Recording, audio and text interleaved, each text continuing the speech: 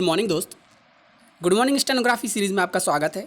आज का डिक्टेशन है GMS 260।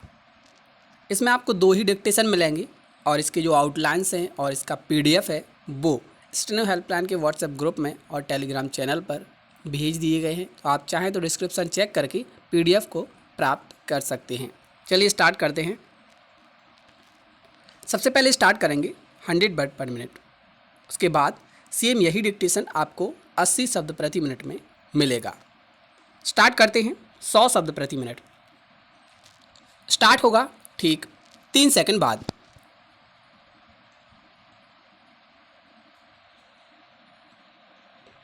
अपनी अनुपम सहजता से अभिनय का वैभव गढ़ने वाले अभिनेता इरफान की विदाई न केवल मनोरंजन उद्योग बल्कि भारतीय समाज के लिए भी एक अपूरणीय क्षति है। अभी गत शनिवार को ही जयपुर में उनकी मां सईदा बेगम का निधन हुआ था और बुधवार को इरफान भी हमारे बीच से चले गए। उनके जाने से फिल्मों की दुनिया में स्वाभाविक ही जो शोक की लहरें उठी हैं वे कुछ दिनों तक उनके मुरीदों को खूब भिगोएंगी। बहुत याद आएंगे इरफान और टीवी धारावाहिक श्रीकांत व भारत एक खोज से शुरू हुआ उनका पेशेवर कला जीवन। इरफान अभिनय के प्रति जुनून वाले अभिनेता थे, इसलिए उनके शुरुआती काम को देखकर ही लग गया था कि वह कला दुनिया में दूर और ऊंचाई तक जाएंगे। प्रतिकूल पारिवारिक पृष्ठभूमि के बावजूद जयपुर से एक हट के साथ निकले और नेशनल स्कूल ऑफ ड्रामा से प्रशिक्षित इरफान ने मनोरंजन की दुनिया में इतना लंबा सफ़र तय किया कि वह हमेशा एक मिसाल रहेंगे। अव्वल तो यह दूरदर्शन या छोटे पर्दे के लिए भी हमेशा गर्व की बात रहेगी कि उसने अपने शुरुआती दौर में एक ऐसे कलाकार को मौका दिया जो आगे चलकर न केवल भारतीय सिनेमा बल्कि वैश्विक सिनेमा का एक चमकदार चेहरा बना। भारतीय सिनेमा की दुनिया में इरफान जैसे उर्वर अभिनेता को परखने और उनसे सीखने की ज़रूरत हमेशा रहेगी। बेशक इरफान की सबसे बड़ी पूंजी उनकी आँखें रहीं, कुछ उभरी हुई बड़ी बड़ी आतुर आँखें जो उनकी भाव प्रबलता को आसानी से सरेआम कर देती थीं। उन्होंने फिर एक बार सिद्ध किया कि कद काठी कुछ खास मायने नहीं रखती, चॉकलेटी और पहलवान होना भी जरूरी नहीं है। जो भी है आपके अंदर है वही सात्विक अभिनय के रूप में बाहर आना चाहिए।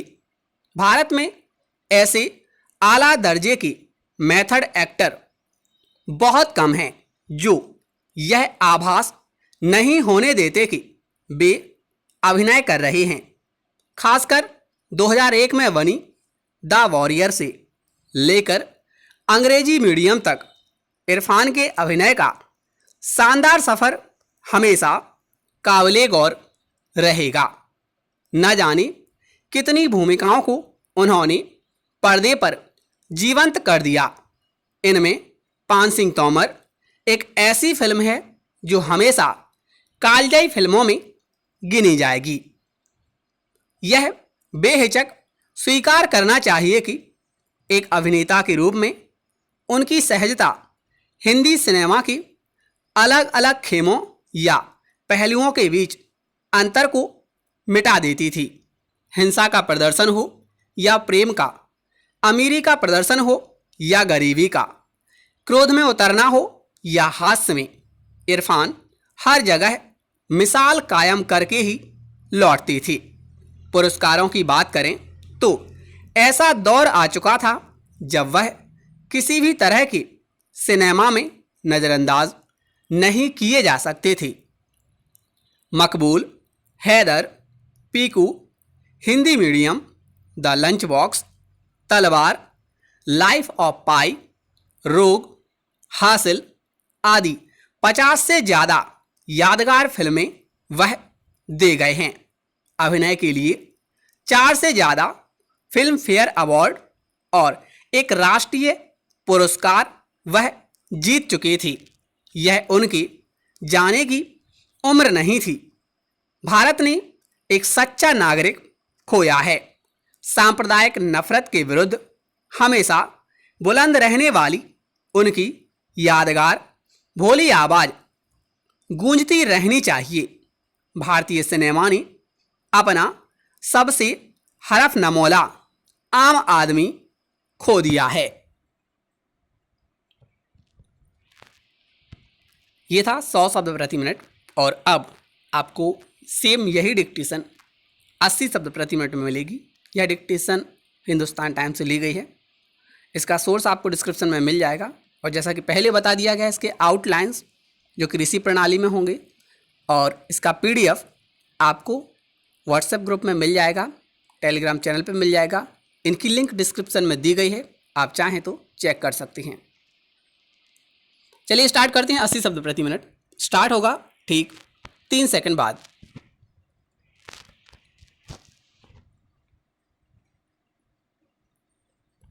अपनी अनुपम सहजता से अभिनय का वैभव गढ़ने वाले अभिनेता इरफान की विदाई न केवल मनोरंजन उद्योग बल्कि भारतीय समाज के लिए भी एक अपूरणीय क्षति है।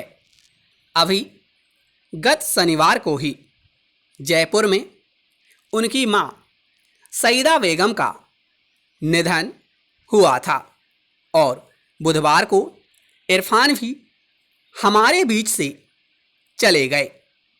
उनके जाने से फिल्मों की दुनिया में स्वाभाविक ही जो शोक की लहरें उठी हैं, वे कुछ दिनों तक उनके मुरीदों को खूब भिगोएंगी।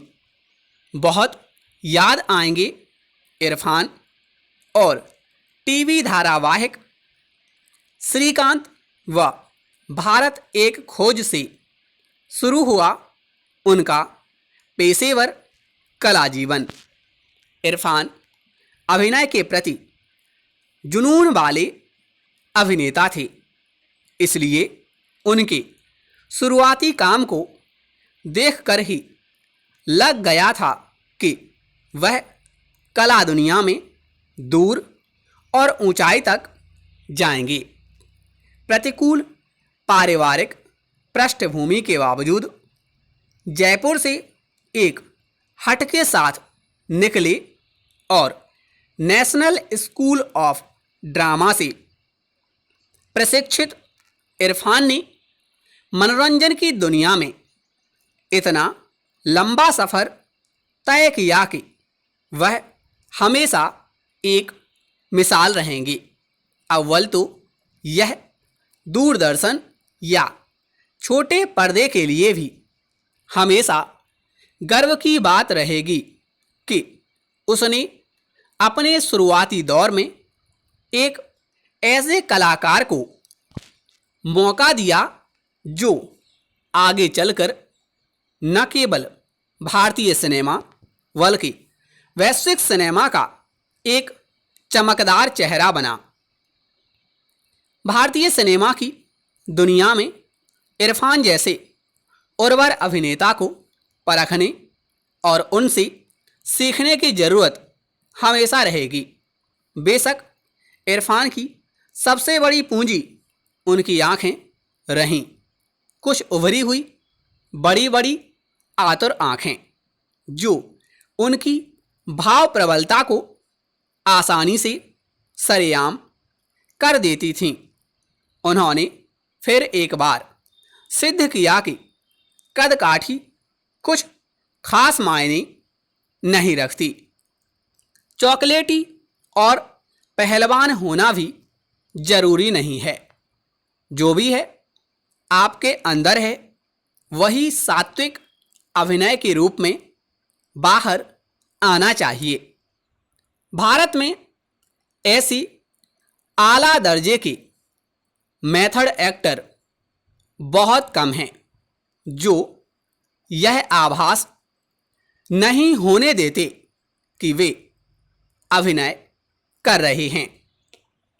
खासकर 2001 में बनी द वॉरियर से लेकर अंग्रेजी मीडियम तक इरफान के अभिनय का शानदार सफ़र हमेशा काबिले गौर रहेगा। न जाने कितनी भूमिकाओं को उन्होंने पर्दे पर जीवंत कर दिया। इनमें पानसिंह तोमर एक ऐसी फिल्म है जो हमेशा कालजयी फिल्मों में गिनी जाएगी। यह बेहिचक स्वीकार करना चाहिए कि एक अभिनेता के रूप में उनकी सहजता हिंदी सिनेमा की अलग अलग खेमों या पहलुओं के बीच के अंतर को मिटा देती थी। हिंसा का प्रदर्शन हो या प्रेम का, अमीरी का प्रदर्शन हो या गरीबी का, क्रोध में उतरना हो या हास्य में, इरफान हर जगह मिसाल कायम करके ही लौटते थे। पुरस्कारों की बात करें तो ऐसा दौर आ चुका था जब वह किसी भी तरह के सिनेमा में नज़रअंदाज नहीं किए जा सकते थे।